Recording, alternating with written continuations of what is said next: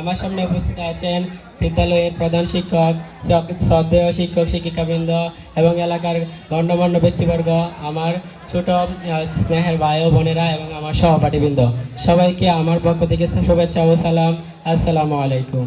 আজকে আমি এই বিদায়ী মঞ্চে দাঁড়িয়ে আমার মনে হচ্ছে যে আমি যেন একটি বইয়ের শেষ পৃষ্ঠা পড়ছি। এই বইয়ে প্রতিটি পৃষ্ঠায় লেখা ছিল হাসি, আনন্দ, কান্না, সাফল্য আর অসংখ্য স্মৃতি। কিন্তু ভাগ্যের কি পরিহাস, আজকে আমাদের সেই বইয়ের শেষ পৃষ্ঠা পড়তে হচ্ছে। কিন্তু এই বিদায় শেষ নয়, এই সামনে থেকে আমাদের জীবনে একটি নতুন অধ্যায় শুরু হতে যাচ্ছে। এক সময় এই বিদ্যালয়ে এসেছিলাম ছোট ছোট স্বপ্ন নিয়ে, বুক ভরা কৌতূহল আর আশা নিয়ে। এই বিদ্যালয়ে আমরা অনেক কিছু শিখেছি। এই বিদ্যালয়ে শিখেছি কিভাবে মানুষ হতে, কিভাবে অন্যায়ের প্রতিবাদ করতে, কিভাবে ভুল থেকে শিক্ষা গ্রহণ করতে। আজ আমি একজন গর্বিত শিক্ষার্থী হিসাবে মুক্তাল হোসেন উচ্চ বিদ্যালয়ের বিদায়ী মঞ্চে দাঁড়িয়ে আছি। আজ আমার মনে দুঃখ, কষ্ট আর আনন্দের এক কৌতূহল সবকিছু একসাথে কাজ করছে। আনন্দ হচ্ছে এই কারণে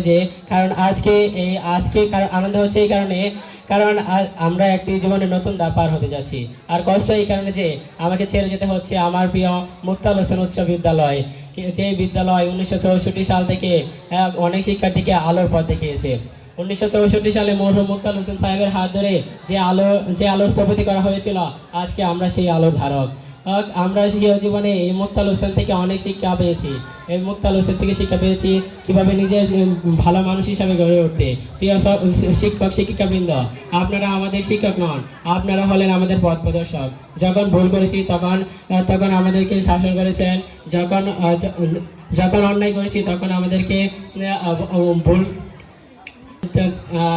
আবার প্রিয় স্নেহের ছোট ভাই বোনদের উদ্দেশ্যে বলতে চাই, তোমরা সময়কে মূল্যায়ন করো, শিক্ষকদের সাথে ভালো ব্যবহার করো, তাদের সাথে খারাপ আচরণ করো না।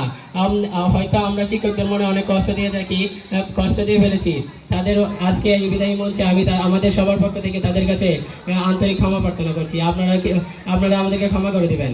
আর ছোট ভাই বোনদেরকে বলতে চাই, তোমরা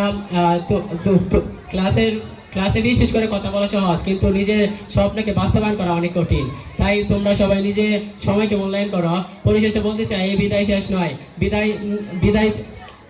এই বিক্ষোভদের থেকে পাওয়া শিক্ষা আমরা সারা জীবনে স্বীয় জীবনে প্রতিফলিত করব। এবং সবশেষে সবার সঙ্গতি কামনা করে আসসালামু আলাইকুম। আমি আমার বক্তব্য শেষ করছি। আসসালামু আলাইকুম।